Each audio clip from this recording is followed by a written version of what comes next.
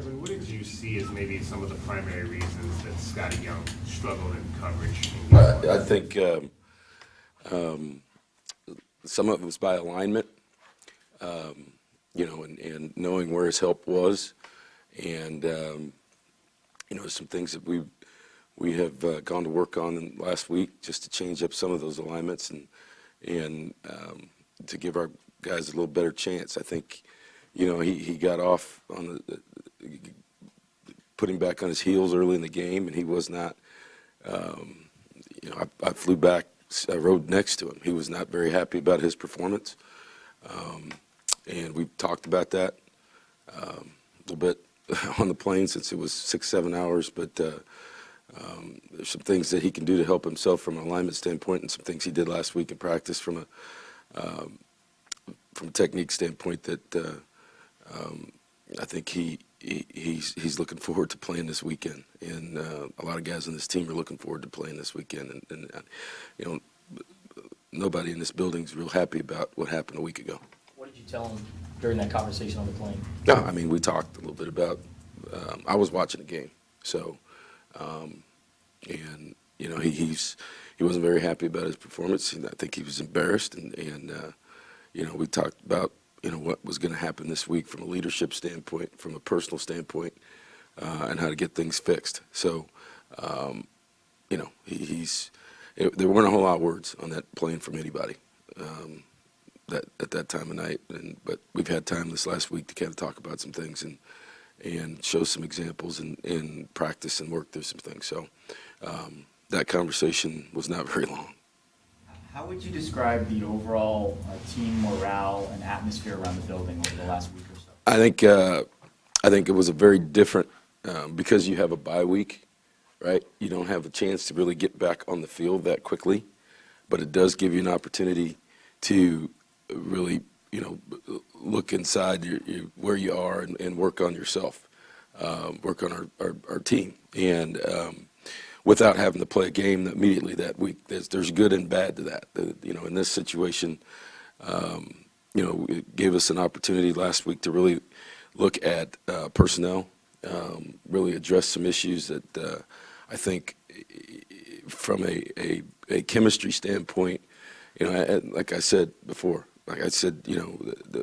this whole thing worked together. And there were offense, everybody wants to point at certain different things, but we weren't very good when it came time to win the game, and offensively, defensively, or special teams wise, right?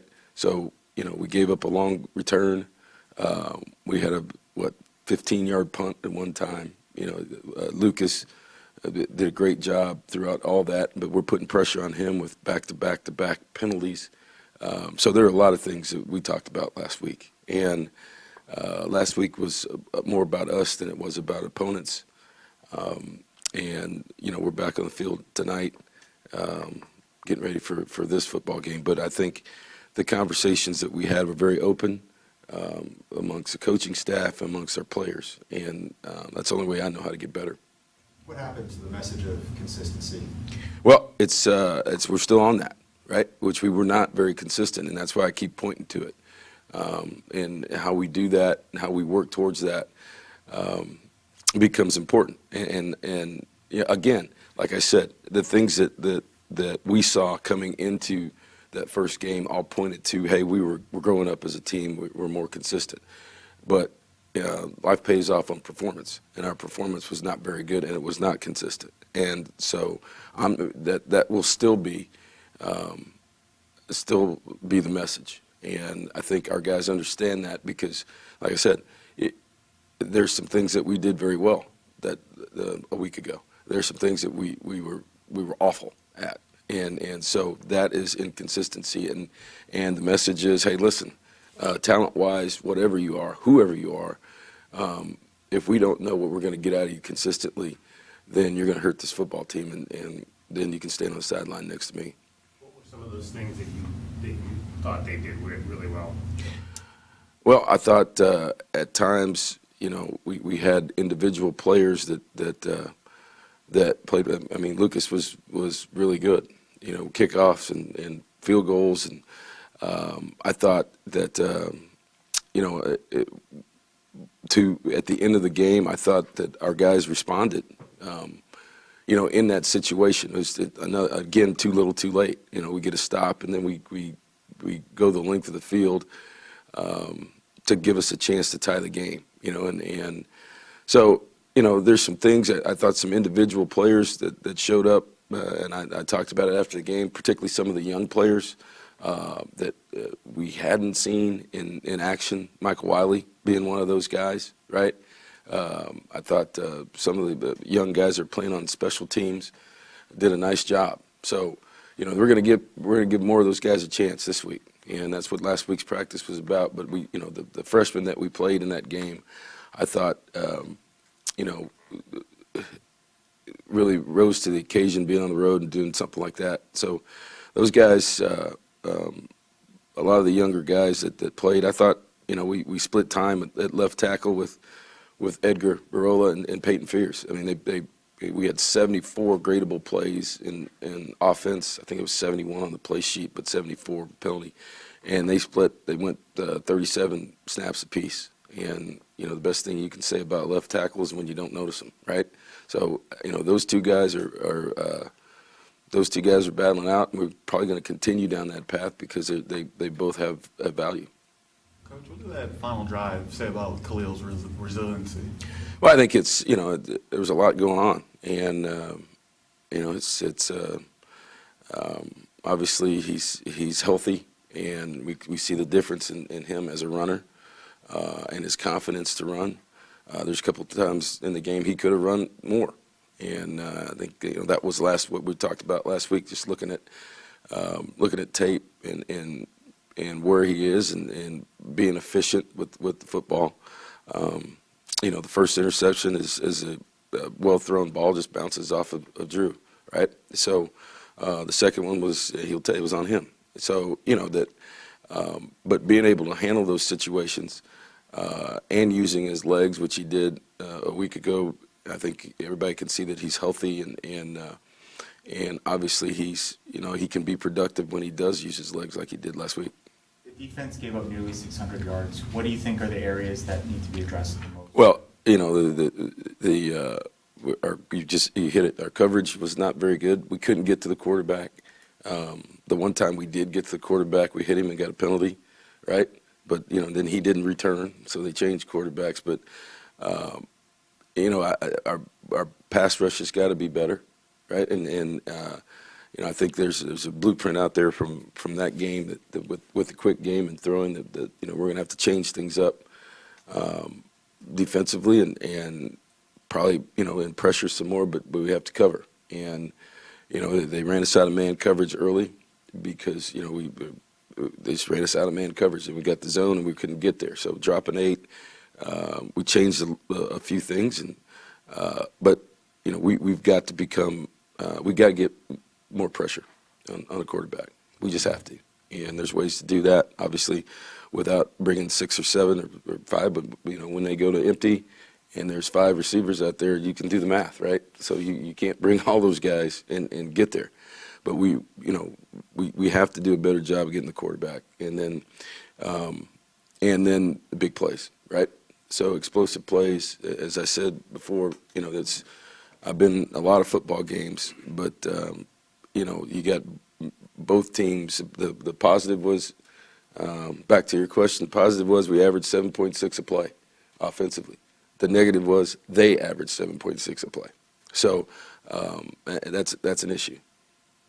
Why did Noel think that it was a good idea to start the game passing the ball when this is a team that people believe should run the football to be successful offensively? Well, I think the opening play of the game was a shot play. Anytime you're in an RPO system, it's 50-50 based on the defense, right? So if you're in an RPO system and you're getting boxes that get loaded, or you get people rolling down and doing some other things, you run the risk of throwing the ball a couple times in a row. You saw it all weekend, right? Some teams that people think are just run teams, or in a league I was in, are RPO teams, and it might be 6 straight passes. But as we got into the game and started taking tags off of the plays, I think you saw the difference in what we're doing from a play action standpoint or just a pure run standpoint. So, it's if we're not accurate early, it's different. I still go back to the third down. The ball hits him, hits our guy right in the face, bounces off, and we get the interception early. Then we turn it back over, and you're across midfield. Maybe the game's different from that point. But you look up and you're down 14, and time becomes an issue. What's Lorenzo's status? He suffered a concussion, I believe you mentioned on the radio. No, I said he was out. So I don't give updates on injuries. So you guys know that. You mentioned the RPOs and how sort of can dictate what happens on a given play, but regardless of that, J.J. Right. Taylor, 15 touches Right. in the game. Is that enough in your mind? Would you like to see? But probably a little bit more. I thought that, I don't see him needing to be a 30 touch a game guy. We don't want that. I think because of his durability, because of what he does in the return game, and I think we've got 2 or 3 other capable backs that can keep him healthy and keep him fresh. I think I think the big surprise coming into this camp, Tilford scored, right? I think the big surprise was Wiley and his ability to run the ball and catch the ball out of the backfield. We know what Gary has. So I don't look at it necessarily as him with 15, maybe a few more, but you look at the whole group, and if that whole group is touching the ball, half the time, then we're doing pretty well. It's 71 plays, right? So you'd like to get that whole group up into the 30s, right? What have you liked about Tavian Cunningham and I guess the way he's kind of showed through camp and was able to really come out? It's interesting, right? He's the last guy we signed, just about, and we talked about it during camp, with what happened in the off season at that position. If we could find a junior college older guy, particularly at slot a dynamic guy, we're going to take one. And this guy's he's a track guy, which you saw on the other sideline. He's got real speed, and he got here just right before we started camp. So he's continuing to get better, continuing to figure it out. Hasn't played a lot of football, but I think you can see his explosiveness. I think he had 6 or 7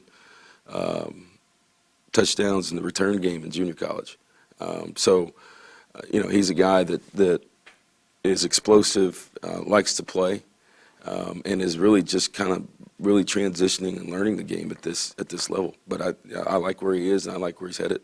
How did he land on your radar? Well, we just recruiting, we looking around and we get specifics about certain positions. We're all over the country, but also, we've got a lot of contacts in California and junior college, and it's like anything else. You start putting the word out. Hey, look, we're looking for this guy. We're looking for this specific player if he's out there, if he's eligible, and we narrowed it down to I think 2 or 3 guys, and started recruiting them. He was starting to get some looks as in track actually at that point. But he's not 5'7", so he's bigger than that. Anybody who's seen him in person, he's not much bigger, but he's I'd say he's probably close to 5'9", 5'10". He gets mad about the 5'7", whatever it is in the program.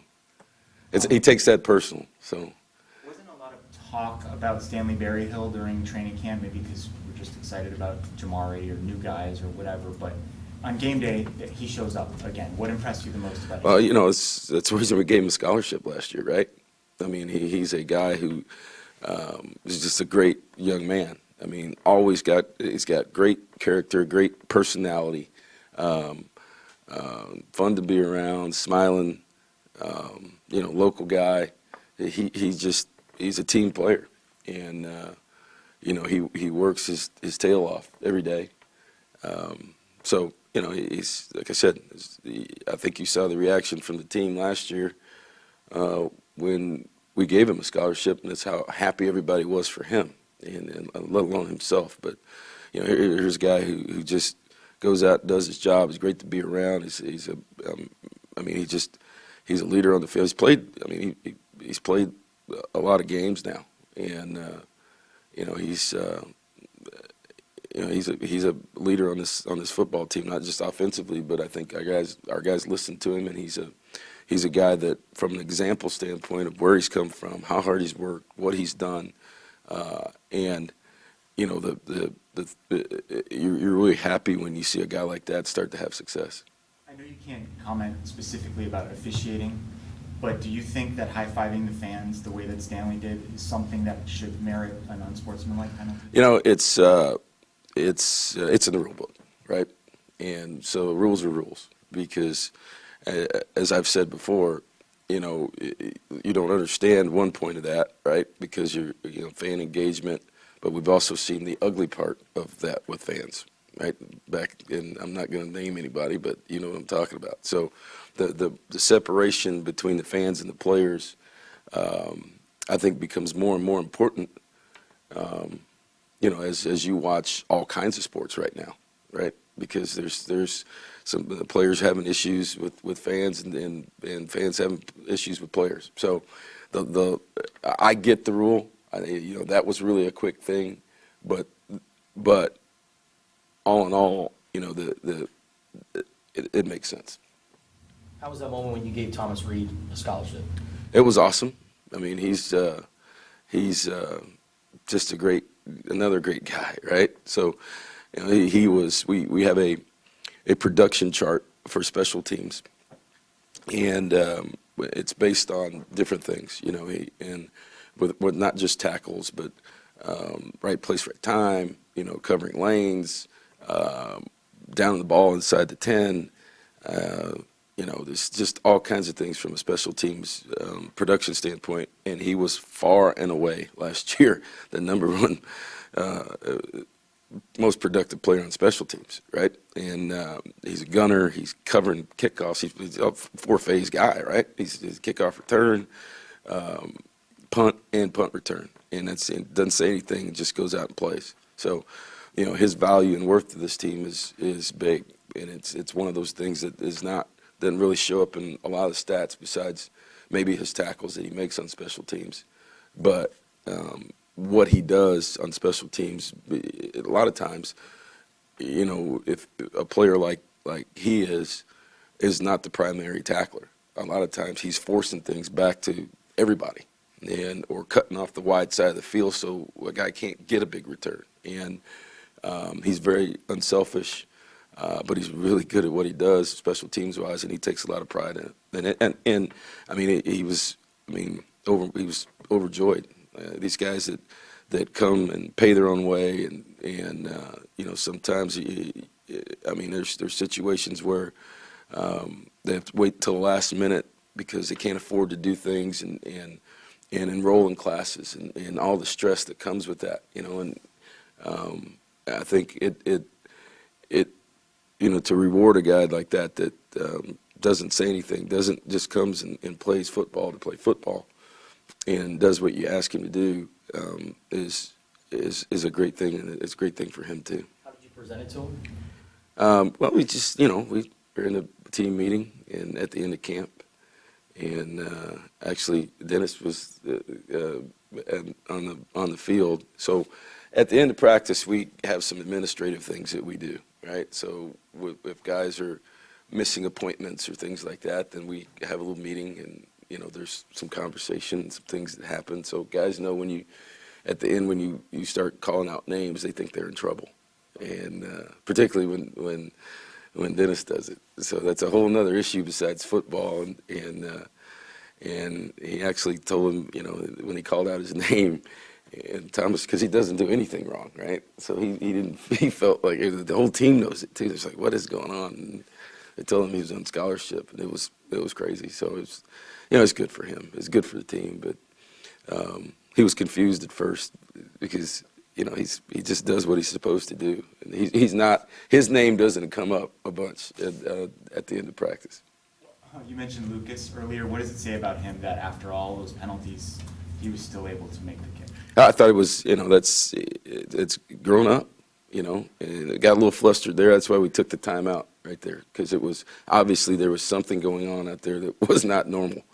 I think if you watch the tape, you can see what was going on. It's very obvious what was going on before the snap.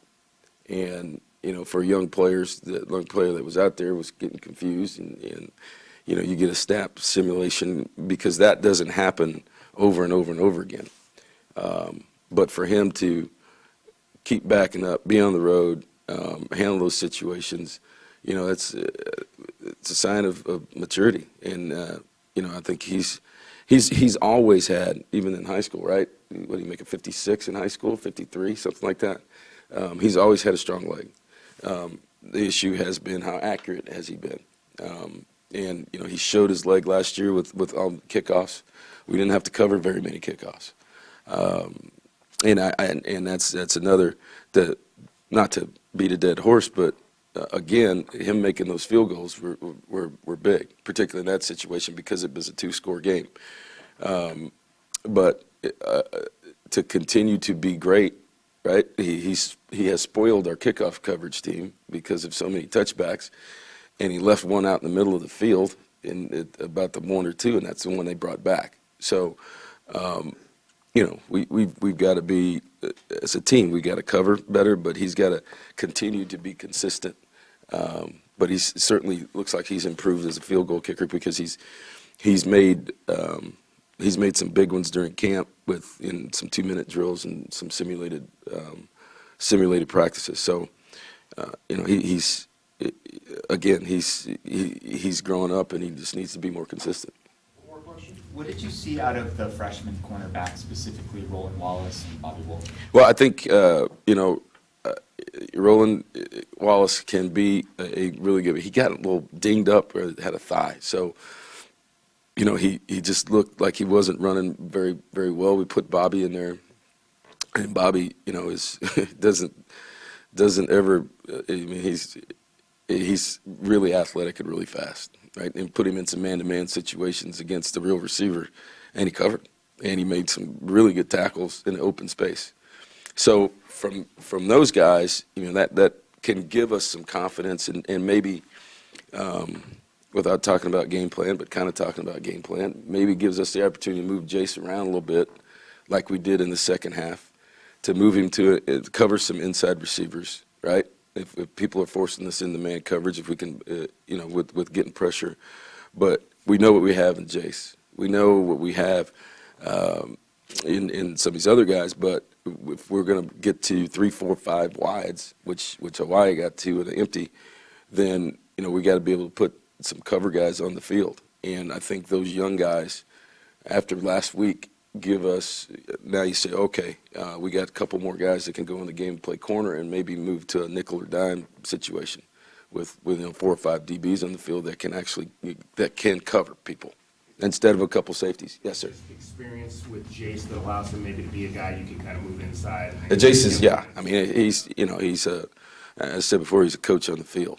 He knows what's going on. He's comfortable. I mean, the first play of the game, he made was a really good play, right? He's covering out route, and it was a concept, and he leaves his guy after he sees the ball in the air and goes and makes an interception, right?